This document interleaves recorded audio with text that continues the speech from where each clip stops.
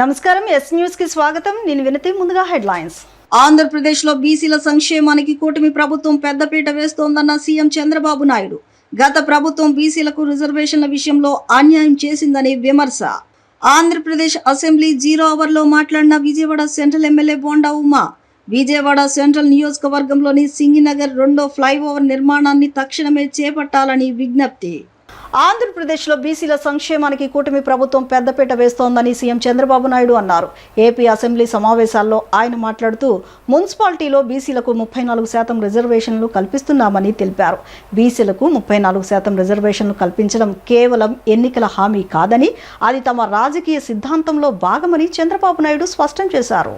హామీలు ఇవ్వడంతోనే ఆగిపోకుండా వాటిని అమలు చేసి చూపిస్తామని సీఎం చంద్రబాబు నాయుడు తెలిపారు. గత ప్రభుత్వం బీసీలకు రిజర్వేషన్ విషయంలో చేసిన అన్యాయాన్ని సరిచేయడానికి ప్రత్యేక కేబినెట్ పెట్టి నిర్ణయం తీసుకున్నట్లు సీఎం చెప్పారు. 2024 ఎన్నికల్లో ఈ స్థాయి గెలుపుకు కారణం బీసీల వల్లనేనని చెప్పుకొచ్చారు. 94% స్ట్రైక్ రేటు, 57% ఓటు వచ్చాయంటే అది బీసీల వల్లే, నాయకత్వంపై ఉన్న నమ్మకం వల్లే మాత్రమేనని పేర్కొన్నారు. బీసీలకు న్యాయం చేయాలని తాను deputy CM Pawan Kalyan, BJP నేతలు ఎన్నికలకు ముందే నిర్ణయం తీసుకున్నామన్నారు. ముఖ్యమంత్రి చంద్రబాబు నాయుడు అధ్యక్షతన సచివాలయంలో జరిగిన ఆంధ్రప్రదేశ్ రాష్ట్ర మంత్రివర్గ సమావేశం ముగిసింది. ఈ సుదీర్ఘ భేటీలో పలు కీలక నిర్ణయాలకు కేబినెట్ ఆమోదముద్ర వేసింది. ప్రధానంగా స్థానిక సంస్థల ఎన్నికల్లో బీసీలకు 34% రిజర్వేషన్లు కల్పించే ప్రతిపాదనకు, పట్టణ స్థానిక సంస్థల ఎన్నికలను ప్రత్యక్ష పద్ధతిలో నిర్వహించాలన్న నిర్ణయానికి మంత్రివర్గం గ్రీన్ సిగ్నల్ ఇచ్చింది. ఎన్నికల సమయంలో ఇచ్చిన హామీల మేరకు స్థానిక సంస్థలో బీసీలకు 34% రిజర్వేషన్లు అమలు చేయాలని ప్రభుత్వం నిర్ణయించింది. దీని ప్రకారం పంచాయతీరాజ్ సంస్థలో 34.50%, ఇతర స్థానిక సంస్థల్లో 33.50% రిజర్వేషన్లు బీసీలకు వర్తింపచేయాలని కేబినెట్ తీర్మానించింది. అయితే బీసీ రిజర్వేషన్లపై ప్రభుత్వం ఏర్పాటు చేసిన డెడికేటెడ్ కమిషన్ నివేదికపై సమావేశంలో లోతుగా చర్చ జరిగింది. కమిషన్ సిఫార్సులతో 34% రిజర్వేషన్ల లక్ష్యం నెరవేరడం కష్టమని భావించిన మంత్రివర్గం ప్రత్యామ్నాయ మార్గంపై సమీక్షించి తుది నిర్ణయం తీసుకుంది. దీనికి సంబంధించిన అధికారిక ఉత్తర్వులు త్వరలో జారీ కానున్నాయి. మరో కీలక నిర్ణయంగా పట్టణ స్థానిక సంస్థలైన మున్సిపాలిటీలు, కార్పొరేషన్ల అధిపతులను ప్రజలే నేరుగా ఎన్నుకునే విధానానికి కేబినెట్ అధికారికంగా ఆమోదం తెలిపింది. ప్రభుత్వం ఇప్పటికే సూత్రప్రాయంగా తీసుకున్న ఈ నిర్ణయానికి తాజా సమావేశంలో చట్టబద్ధత కల్పించారు. విజయవాడ సెంట్రల్ నియోజకవర్గంలో సింగినగర్ ప్రాంతంలో ప్రజలు ఎదుర్కొంటున్న ప్రధాన సమస్య అయిన 2వ ఫ్లైఓవర్ నిర్మాణాన్ని తక్షణమే చేపట్టాలని ప్రభుత్వ వైపు సెంట్రల్ నియోజకవర్గ శాసనసభ్యులు బోండా ఉమామహేశ్వరరావు కోరారు. ఆంధ్రప్రదేశ్ అసెంబ్లీలో పాల్గొన్న ఆయన 0 అవర్లో ఈ ప్రతిపాదనను ప్రభుత్వం ముందుంచారు. సింగినగర్ ప్రజల చిరకాల సమస్యకు శాశ్వత పరిష్కారం చూపేందుకు 2వ ఫ్లైఓవర్ నిర్మాణాన్ని అత్యంత ప్రాధాన్యతగా తీసుకుని వెంటనే చేపట్టాలని విజ్ఞప్తి చేశారు. ఆంధ్రప్రదేశ్ అసెంబ్లీలో జరిగిన 0 అవర్ ప్రభుత్వ విప్ సెంట్రల్ నియోజకవర్గ శాసనసభ్యులు బోండా ఉమామహేశ్వరరావు మాట్లాడారు. 1995లో ముఖ్యమంత్రిగా ఉన్న నారా చంద్రబాబు నాయుడు హయాంలో సింగినగర్ ప్రాంతానికి తొలి రైల్వే ఓవర్ బ్రిడ్జ్ నిర్మాణం జరిగిందని తెలిపారు. అప్పటి నుంచి దాదాపు 30 సంవత్సరాలు గడిచిన ఈ ప్రాంతానికి 2వ ఫ్లైఓవర్ నిర్మాణం జరగకపోవడంతో ప్రజలు తీవ్ర ఇబ్బందులు ఎదుర్కొంటున్నారని పేర్కొన్నారు. సింగినగర్ పరిసర ప్రాంతాల్లో సుమారు 1.50 లక్షల మంది ప్రజలు నివసిస్తున్నారని, ప్రతిరోజు ఉద్యోగాలు, వ్యాపారాలు, విద్య, ఇతర అవసరాల కోసం నగరంలో వివిధ ప్రాంతాలకు రాకపోకలు సాగించే ప్రజలకు ప్రస్తుతం రైల్వే ఓవర్ బ్రిడ్జ్ వద్ద తీవ్ర ట్రాఫిక్ ఇబ్బందులు ఎదురవుతున్నాయని తెలిపారు. ఈ ప్రాంతం నియోజకవర్గానికి ప్రధాన బాటిల్నెక్గా మారిందని వివరించారు. 2వ ఫ్లైఓవర్ నిర్మాణానికి సంబంధించి ప్రతిపాదనలు రూపొందించగా రైల్వే శాఖ నుంచి సుమారు 70 కోట్ల వ్యయం అవుతుందని సమాచారం వచ్చిందని బోండా ఉమామహేశ్వరరావు సభ దృష్టికి తీసుకొచ్చారు. ఈ ప్రాజెక్టును రాష్ట్ర ప్రభుత్వం నిధులతో చేపట్టాల్సిన అవసరం ఉందని పేర్కొన్నారు. సెంట్రల్ నియోజకవర్గంలో ప్రధానంగా ఉన్నటువంటి సమస్య అధ్యక్ష ఇప్పుడు నేను చెప్పేది, గతంలో కూడా ముఖ్యమంత్రి గారు అల్లూరి సీతారామరాజు గారి విగ్రహానికి అక్కడ నివాళులర్పించడానికి వచ్చి అక్కడ ఒక ఫ్లైఓవర్ ప్రజలు అడిగారు అధ్యక్ష. ఎలక్షన్ ముందు సీఎం గారు కూడా దానికి అధికారంలో రాగానే చేపిద్దామని చెప్పారు అధ్యక్ష. 95లో అధ్యక్ష ఆ రోజు చంద్రబాబు నాయుడు గారు తొలి ముఖ్యమంత్రిగా బాధ్యతలు వచ్చినాకే సింగనగర్ ప్రాంతానికి మొట్టమొదటి రైల్వే ఓవర్ బ్రిడ్జి వంతెన నిర్మాణం చంద్రబాబు నాయుడు గారి ముఖ్యమంత్రిగానే జరిగింది అధ్యక్ష. ఇవాళ ఆనాటి నుంచి ఈనాటి వరకు అంటే 30 సంవత్సరాలు అయింది అధ్యక్ష. ఈ 30 సంవత్సరాల్లో రెండో ఫ్లైఓవర్ లేకపోవటం వల్ల చాలా ఇబ్బంది పడుతున్నాం అధ్యక్ష. అంటే దాదాపు 150,000 జనాభా అవతల వైపు నివసిస్తున్నారు అధ్యక్ష. వాళ్ళందరూ రోజు ఉద్యోగాలకు కానీ పనులకు కానీ ఆటోలకు కానీ ఎన్ని యువతల వైపు రావాలంటే సిటీలోకి ఆ ఆర్ఓబి లేకపోవటం వల్ల ఇబ్బందిగా ఉంది అధ్యక్ష. దానికి ప్రపోజల్ పెడితే రైల్వే వాళ్ళు స్టేట్ గవర్నమెంట్ మేమైతే ఒకటేసాము, ఇది రాష్ట్ర ప్రభుత్వం నిధుల నుంచి చేసుకోవాలని చెప్పి రైల్వే వాళ్ళు రిప్లై ఇచ్చారు అధ్యక్ష. కాబట్టి అది ఒక 70 కోట్లు ఎంత అవుతుంది అధ్యక్ష. దయచేసి ఆ నియోజకవర్గానికి మెయిన్ బాటిల్ నెక్ గా ఉన్నటువంటి ఆ ప్రాంతాన్ని బుడమేరు వంతెన మీద రెండో ఫ్లైఓవర్ నిర్మాణాన్ని ఇమ్మీడియట్ గా తక్షణమే చేపట్టాలని ఆల్రెడీ మన ప్రామిస్ కూడా ఉంది కాబట్టి ఎలక్షన్ సీఎం గారు అనౌన్స్ చేశారు కాబట్టి దయచేసి దాన్ని ఈ 0 అవర్లో మా నియోజకవర్గంలో ప్రధానమైన సమస్య అధ్యక్ష తప్పనిసరిగా చేయమని మీ ద్వారా ప్రభుత్వాన్ని కోరుకుంటున్నారు. ఆంధ్రప్రదేశ్ ముఖ్యమంత్రి కార్యాలయ ప్రత్యేక కార్యదర్శి ఏవి రాజమౌళి విజయవాడ ఇంద్రకీలాద్రిపై కొలువైన శ్రీ అమ్మవారి దర్శనార్థం ఆలయాన్ని సందర్శించారు. మంగళవారం ఆలయానికి చేరుకున్న ఆయనకు దేవస్థానం అధికారులు ఘన స్వాగతం పలికారు. దుర్గగుడి ఎగ్జిక్యూటివ్ ఆఫీసర్ వికే సీనా నాయక్ మరియు ఆలయ స్థానాచార్యులు వి శివప్రసాద్ శర్మ దగ్గరుండి అన్ని ప్రోటోకాల్ ఏర్పాట్లను పర్యవేక్షించారు. ఏవి రాజమౌళికి ఎలాంటి ఇబ్బందులు కలగకుండా దర్శన ఏర్పాట్లను క్రమబద్ధీకరించారు. ఏవి రాజమౌళి ముందుగా జగన్మాత దుర్గమ్మ వారికి దర్శించుకుని ప్రత్యేక పూజలు నిర్వహించారు. అనంతరం వేద పండితులు వారికి వేద ఆశీర్వచనాన్ని పలికారు. ఆలయో Seena Nayak, special grade deputy collector స్థానాచార్యులు శివప్రసాద్ శర్మ కలిసి ఆయన అమ్మవారి శేషవస్త్రం, తీర్థ ప్రసాదాలు మరియు అమ్మవారి చిత్రపటాన్ని బహుకరించారు. భారతదేశంలో గతంలో క్యాన్సర్ బాధితులు చాలా తక్కువగా ఉండేవారని, గత 10-15 ఏళ్లలో 12 మంది మహిళల్లో ఒకరికి రొమ్ము క్యాన్సర్ నిర్ధారణ అవుతున్న సందర్భాలు ఎక్కువయ్యాయని హైదరాబాద్ హైటెక్ సిటీలోని Yashoda hospital senior surgical oncologist, robotic surgeon doctor Rajesh Goud తెలిపారు. క్యాన్సర్ అవగాహన పెరిగిందని, అనేక పరిశోధనలు జరిగాయని, అధునాతన వైద్యం కూడా అందుబాటులోకి వచ్చిందన్నారు. గతంలో రొమ్ము క్యాన్సర్ అంటే ప్రాణాంతక వ్యాధి అని కాకుండా ఇప్పుడు ఉన్న ఆధునిక వైద్యం ద్వారా క్యాన్సర్ను నయం చేయవచ్చునని తెలిపారు. హైదరాబాద్ హైటెక్ సిటీలో యశోద హాస్పిటల్స్ ఆధ్వర్యంలో క్యాన్సర్ పై అవగాహన సదస్సును గాంధీనగర్లోని ఒక హోటల్లో నిర్వహించారు. ఈ సదస్సులో hospital senior surgical oncologist, robotic surgeon doctor Rajesh Goud మాట్లాడుతూ, గతంలో రొమ్ము క్యాన్సర్ అంటే ప్రాణాంతక వ్యాధి అని కాకుండా ఇప్పుడు ఉన్న ఆధునిక వైద్యం ద్వారా క్యాన్సర్ను నయం చేయవచ్చునని తెలిపారు.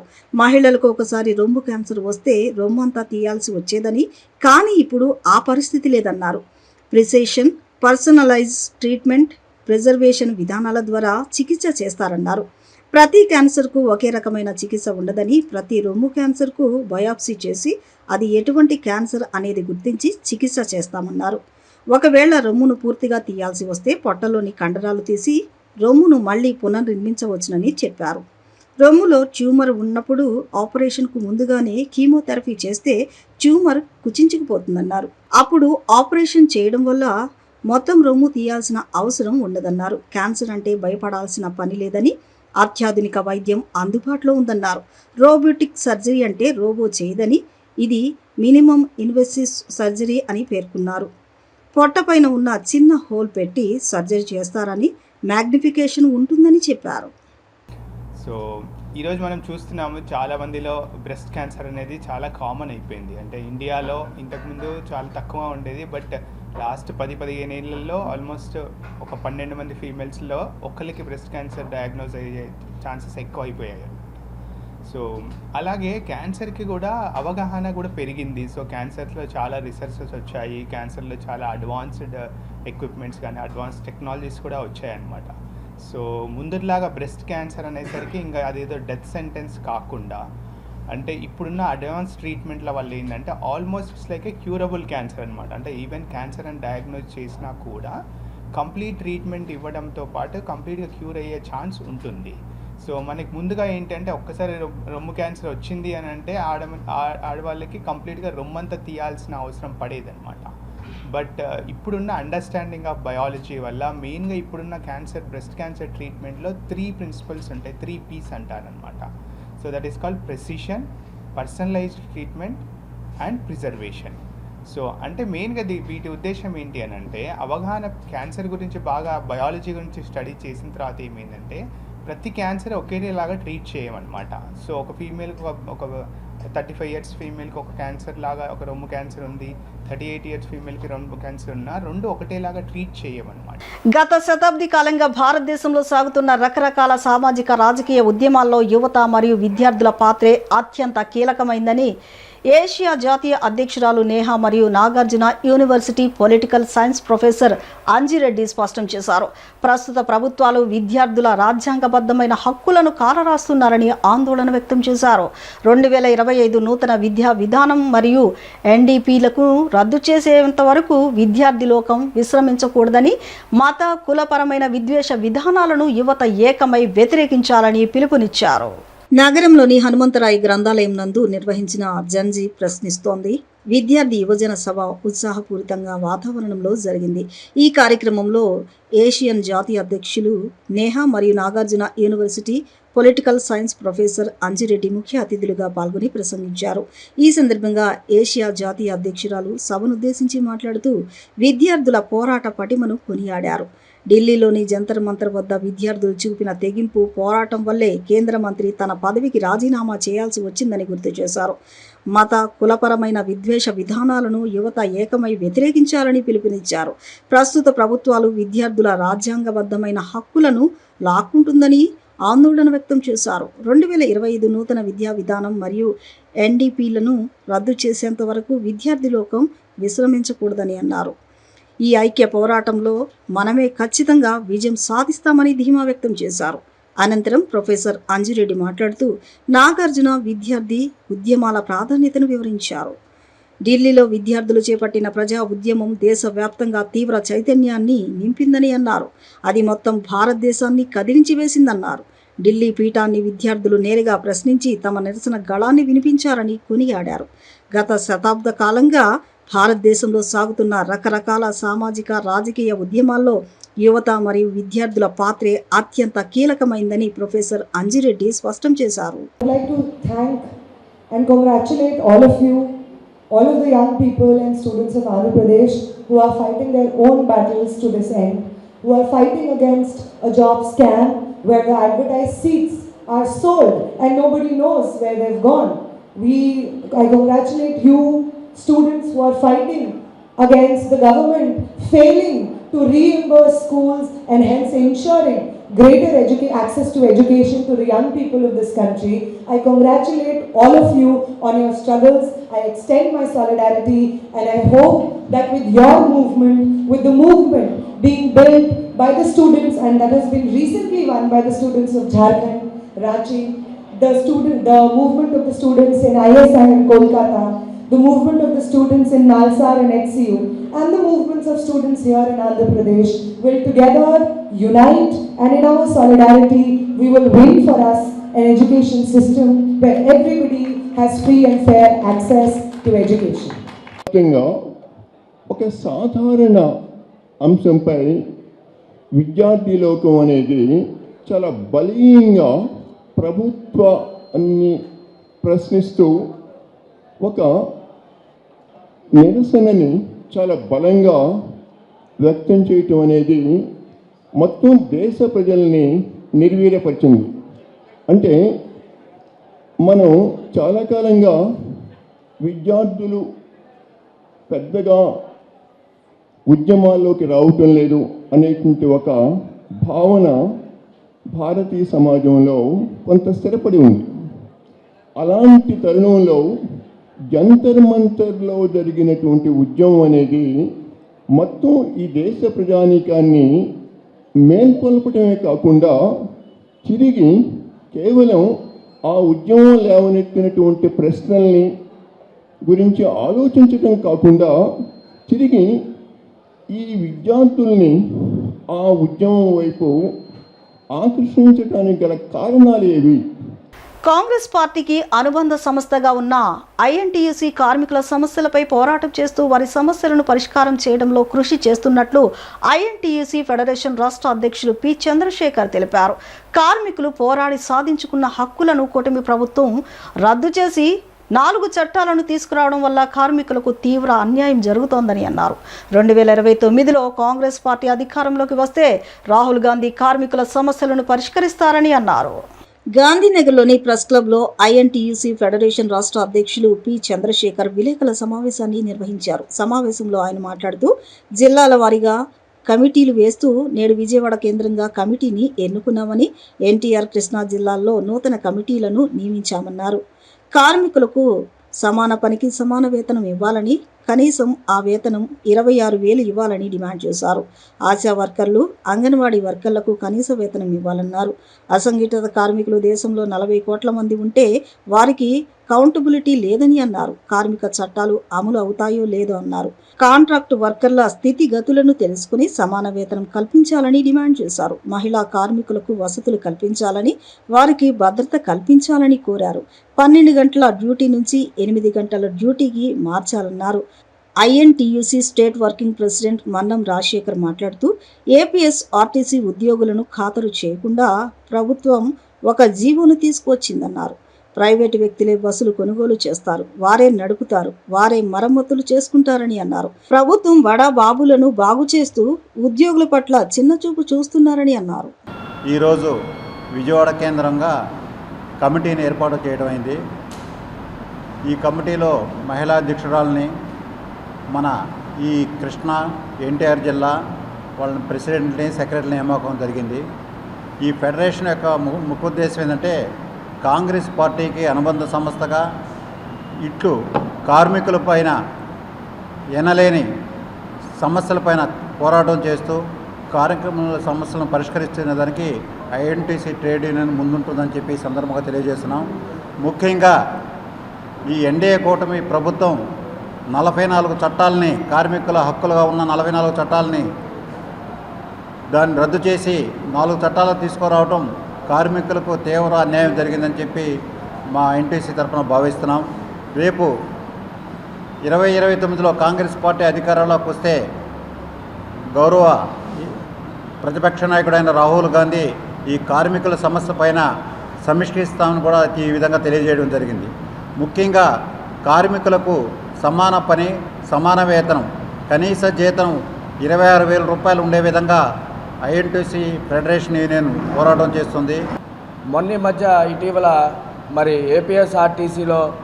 ఏపీఎస్ఆర్టీసీ ఎంప్లాయీస్ని ఖాతరు చేయకుండా ఈ ప్రభుత్వం మరి ఒక జీవోని పాస్ చేయడం జరిగింది. అదేంటంటే వ్యక్తులు ప్రైవేటు బస్సులు కొంటారు, ప్రైవేటు వ్యక్తులే దానికి యాజమాన్యం వహిస్తారు, అలాగే ప్రైవేటు వాళ్ళే లోపల పనిచేస్తారు. దీని మీద ఈ ఏపీఎస్ఆర్టీసీ వాళ్ళు యూనియన్స్ జేఏసీ ఎవరైతే ఉన్నారో వాళ్ళకి మేము ఐఎన్టీయూసీఎఫ్ నుంచి కంప్లీట్గా మద్దతు తెలియజేస్తూ ఉన్నాము.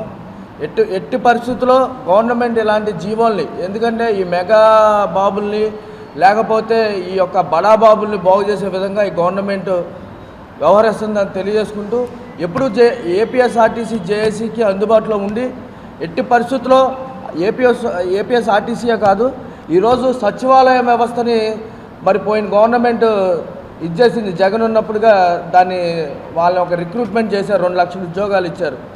ఈ సభ ఈరోజు ప్రారంభించినటువంటి ఈ సభకు అధ్యక్షత వహించినటువంటి మా ప్రెసిడెంట్ గారు పుల్ల చంద్రశేఖర్ గారికి, మరియు ఆర్గనైజింగ్ సెక్రటరీ, వర్కింగ్ ప్రెసిడెంట్ అయినటువంటి రాజశేఖర్ గారికి, మరియు మహిళా ప్రెసిడెంట్ అయినటువంటి సునీత మేడం గారికి, మరియు ఇక్కడ విచ్చేసిన ప్రతి మన యూనియన్ స్టేట్ బేరర్స్ అండ్ జిల్లా కార్యవర్గం ఉంది అందరికీ, మరియు ఇక్కడ విచ్చేసినటువంటి మీడియా ప్రతినిధులకు అందరికీ నమస్కారం. ఈరోజు మా యొక్క ప్రెస్ మీట్ ఏంటంటే, మేము ఐఎన్టీయూసీ కొత్తగా కమిటీ స్టార్ట్ చేశాం. ఈ కమిటీ యొక్క ఉద్దేశం ప్రతి కార్మికుడు, రాష్ట్రంలో ఉన్న ప్రతి కార్మికుడు వారి యొక్క సమస్యలని మనం తీసుకొచ్చేసి వేదిక మీద తీసుకొచ్చి సమస్యలన్నింటినీ ఫ్రూట్ఫుల్ చేసేటువంటి సమస్యలని పరిష్కారం చేసే వేదికగా మనం ప్రయత్నం చేయాలని మేము ఆలోచన చేస్తున్నాం. తర్వాత వేజ్ బోర్డు సరైన వేతనము, సరైనటువంటి సౌకర్యాలు ఉన్నాయా లేవా, కార్మికుల సమస్యలన్నింటినీ పరిష్కారం చేసే దిశగా మేము వర్క్ చేస్తున్నాము. రాష్ట్రంలో అనేక హామీలతో అధికారంలోకి వచ్చిన కూటమి ప్రభుత్వం విద్యారంగ సమస్యలను విస్మరిస్తూ ఉందని యుఎస్ఎఫ్ఐ రాష్ట్ర కార్యదర్శి ఉదయ్ కుమార్ ఆగ్రహం వ్యక్తం చేశారు. రాష్ట్ర వ్యాప్తంగా ఉన్నటువంటి యూనివర్సిటీల్లో ఖాళీగా ఉన్నటువంటి అధ్యాపక పోస్టులను వెంటనే భర్తీ చేయాలని, పెండింగ్లో ఉన్న ఫీజు రీయింబర్స్మెంట్ బకాయిలను వెంటనే చెల్లించాలని డిమాండ్ చేశారు.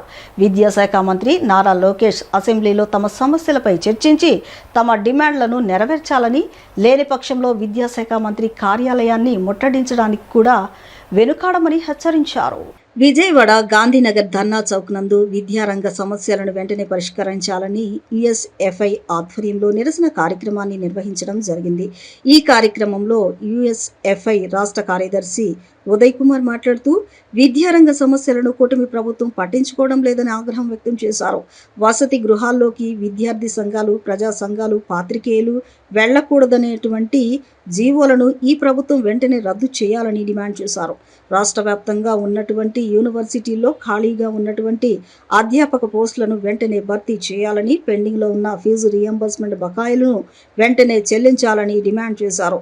విద్యాశాఖ మంత్రి నారా లోకేష్ అసెంబ్లీలో తమ సమస్యలపై చర్చించి తమ డిమాండ్లను నెరవేర్చాలని, లేని పక్షంలో విద్యాశాఖ మంత్రి కార్యాలయాన్ని ముట్టడించడానికి కూడా వెనుకాడేది లేదని హెచ్చరించారు. ఉదయ్ కుమార్ యుఎస్ఎఫ్ఐ రాష్ట్ర కార్యదర్శి. ఈరోజు యుఎస్ఎఫ్ఐ ఆధ్వర్యంలో చలో విజయవాడకు పిలుపునందుకొని రాష్ట్రంలో నలుమూలల నుండి ఇచ్చేసినటువంటి విద్యార్థి మిత్రులందరికీ ఉద్యమ అభినందనలు. రాష్ట్రంలో అనేక విద్యారంగ సమస్యలను ఈ యొక్క రాష్ట్ర ప్రభుత్వం విస్మరిస్తూ ఉంది.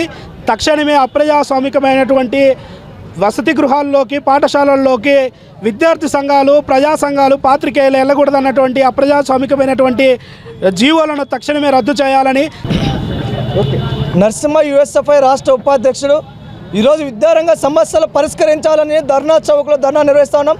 ఈరోజు రాష్ట్రంలో ఉన్నటువంటి స్కూల్స్ కావచ్చు, హాస్టల్స్ కావచ్చు, లేదంటే కాలేజీలు కావచ్చు, అనేకమైనటువంటి సమస్యలు ఈరోజు తిష్ట వేస్తూ ఉన్నాయి. కనీసం నారా లోకేష్ గారు విద్యాశాఖ మంత్రిగా ఉంటే కనీసం ఆ శాఖకు సంబంధించినటువంటి కనీసం ఎక్కడ కూడా సమీక్ష కూడా నిర్వహించేటువంటి పరిస్థితి ఉంది. ఈరోజు GOMS1 ప్రకారం ఈ ఫీజు నియంత్రణ చట్టాన్ని అమలు చేయడంలో కూడా పూర్తిగా విఫలమైనారు. అదేవిధంగా ఈ రాష్ట్రంలో 9 DMDP యూనివర్సిటీలకు ఇష్టానుసారంగా అనుమతులు ఇచ్చేశారు. ఈరోజు ప్రైవేట్ యూనివర్సిటీలకు అనుమతుల కోసం 50 ఎకరాలు ఉంటే 10 నుంచి 15 ఎకరాలున్నా కూడా అనుమతులు ఇస్తామని చెప్పి రాష్ట్ర ప్రభుత్వం చెప్తా ఉంది. రాష్ట్రంలో అధికారంలోకి వచ్చిన కూటమి ప్రభుత్వం ఎన్నికల్లో ఉద్యోగ, ఉపాధ్యాయ కార్మికులకు ఇచ్చిన హామీలు ఏ ఒక్కటి అమలు చేయకుండా పక్కా కార్పొరేట్ అనుకూల విధానాలు అవలంబిస్తోందని ఏఐటీయూసీ గౌరవ అధ్యక్షులు జగదీష్ తీవ్ర స్థాయిలో విమర్శలు గుప్పించారు. ఉద్యోగ, ఉపాధ్యాయుల సమస్యలపై కూటమి ప్రభుత్వం ఏమాత్రం శ్రద్ధ వహించడం లేదని అన్నారు. తమ సమస్యలను రాష్ట్ర ప్రభుత్వం వెంటనే పరిష్కరించాలని, లేని పక్షంలో తమ ఆందోళన మరింత ఉధృతం చేస్తామని హెచ్చరించారు. విజయవాడ గాంధీనగర్ ధర్నా చౌక్ నందు ఉద్యోగ, ఉపాధ్యాయ కార్మికులకు ఇచ్చిన హామీలను రాష్ట్ర ప్రభుత్వం వెంటనే అమలు చేయాలని డిమాండ్ చేస్తూ ఏఐటీయూసీ రాష్ట్ర సమితి ఆధ్వర్యంలో నిరసన కార్యక్రమాన్ని నిర్వహించారు. ఈ సందర్భంగా ఏఐటీయూసీ గౌరవ అధ్యక్షులు జగదీష్ మాట్లాడుతూ నరేంద్ర మోదీ, చంద్రబాబు నాయుడు కార్మిక, కర్షక, ప్రజా వ్యతిరేక విధానాలను ప్రతిఘటించాలని ఏఐటీయూసీ రాష్ట్ర సమితి నిర్ణయించిందన్నారు. 4 కార్మిక కోడ్ల రద్దుతో పాటు 26,000 కనీస వేతనం, 8 గంటల పనిదినం, కాంట్రాక్ట్ అవుట్సోర్సింగ్, ఆశా, అంగన్వాడీ తదితర స్కీమ్ వర్కర్స్ రెగ్యులరైజేషన్ కోరుతూ నేడు నిరసన కార్యక్రమం నిర్వహించడం జరిగిందన్నారు. మోదీ మరోసారి అధికారంలోకి వచ్చిన తరువాత కార్పొరేట్ ఎజెండాను మరింత నిర్లక్ష్యంగా అమలు జరుపుతున్నారని అన్నారు. రాష్ట్రంలో అధికారం వచ్చిన కూటమి ప్రభుత్వం ఎన్నికలలో ఉద్యోగ, ఉపాధ్యాయ కార్మికులకు ఇచ్చిన హామీలు ఏ ఒక్కటి అమలు చేయకుండా పక్కా కార్పొరేట్ అనుకూల విధానాలు అవలంబిస్తోందని మండిపడ్డారు. తమ సమస్యలను రాష్ట్ర ప్రభుత్వం వెంటనే పరిష్కరించాలని, లేని పక్షంలో తమ ఆందోళన మరింత ఉధృతం చేస్తామని హెచ్చరించారు. రాష్ట్రంలో కానీ దేశంలో కానీ శ్రామికుడు, కార్మికుడు, ఉద్యోగి లేకపోతే ఏ ఒక్క పని జరగదు, ఏ ఒక్క ఉత్పత్తి జరగదు. అలాంటప్పుడు కార్మికులపైన, శ్రామికులపైన, ఉద్యోగులపైన ప్రభుత్వం చాలా చిన్న చూపు చూస్తూ ఉంది. వారిని రాను రాను వారి నుంచే ఏదో అంత బడ్జెట్ అంతా అయిపోతుందనే పద్ధతిలో ప్రచారం చేస్తూ ఉన్నారు. నిజంగా ఈరోజు అధికారంలో ఉన్నటువంటి శాసనసభ్యులు కానీ మంత్రులు కానీ చేసే విలాసవంతమైన ఖర్చుల్లో వాళ్ళది 10వ వంతు కూడా లేదు. మొత్తం రాష్ట్రంలో వేతనాలు ఇచ్చే దాంట్లో కానీ ఇంకో దాంట్లో కానీ ఈరోజు ఈ యొక్క సరుకులు ఉత్పత్తి చేసే దాంట్లో వారు పడుతున్నటువంటి కష్టము, వారు ప్రతి పనిలోనూ వారి యొక్క పాత్ర లేకపోతే అసలు సమాజమే నడవదు. అలాంటప్పుడు కార్మికులు అడుగుతున్నది కేవలము నెలకు 26,000 రూపాయలు కనీస వేతనాన్ని అడుగుతున్నారు. అంటే 30 రోజులకి రోజు 1,000 రూపాయలు వేతనం వేసినా కూడా 30,000 అవుతుంది. మరి ఈరోజు 1,000 రూపాయల్లో ఒక జీవనం బతికేదానికి అవకాశం ఉంది. ఆ రోజు ప్రతిరోజు ఒక కుటుంబం ఖర్చు 1,000 రూపాయలైనా అయినా కార్మికులు ఉద్యోగులంతా కలిపి 26,000 రూపాయలే కనీస వేతనం అడుగుతూ ఉన్నారు. దాన్ని ఇచ్చేదానికి ప్రభుత్వం కనీస వేతనం నిర్ణయించడానికి సిద్ధంగా లేదు. దానికోసం ఈరోజు ధర్నాలు చేయాల్సి వస్తుంది. ఈరోజు రాష్ట్ర వ్యాప్తంగా 28 జిల్లాలలో ఏఐటీసీ ఆధ్వర్యంలో ధర్నాలు నిర్వహిస్తున్నాము. మరి ఈ ధర్నాలు ఎందుకు నిర్వహిస్తున్నామంటే ఈ మధ్యకాలంలో రాష్ట్ర వ్యాప్తంగా వరుసగా కార్మికుల ఆందోళన బాట పట్టడం జరిగింది. ఇదే ధర్నా చౌక్లో ఇటీవల కాలంలో మున్సిపల్ కార్మికులు పెద్ద ఎత్తున ఉద్యమం చేసినా కానీ వాళ్ళ సమస్యలు పట్టించుకోకుండా మరి చంద్రబాబు నాయుడు గారు పోతున్నారు. అదేవిధంగా మొన్న సచివాలయంలో పనిచేసే ఉద్యోగులు వేలాది మంది ఇక్కడికే వచ్చారు. ఆర్టీసీ అవుట్సోర్సింగ్ ఉద్యోగులు కూడా ఇక్కడ ఆందోళన చేశారు. వార్తలు ముగించే ముందు ముఖ్యాంశాలు మరొకసారి. ఆంధ్రప్రదేశ్లో బీసీల సంక్షేమానికి కూటమి ప్రభుత్వం పెద్దపీట వేస్తోందన్న సీఎం చంద్రబాబు నాయుడు. గత ప్రభుత్వం బీసీలకు రిజర్వేషన్ల విషయంలో అన్యాయం చేసిందని విమర్శ. ఆంధ్రప్రదేశ్ అసెంబ్లీ 0 అవర్లో మాట్లాడిన Vijayawada central MLA bonda Uma. Vijayawada central నియోజకవర్గంలోని సింగినగర్ 2వ ఫ్లైఓవర్ నిర్మాణాన్ని తక్షణమే చేపట్టాలని విజ్ఞప్తి. ఈ వార్తలు ఇంతటితో సమాప్తం. నమస్కారం.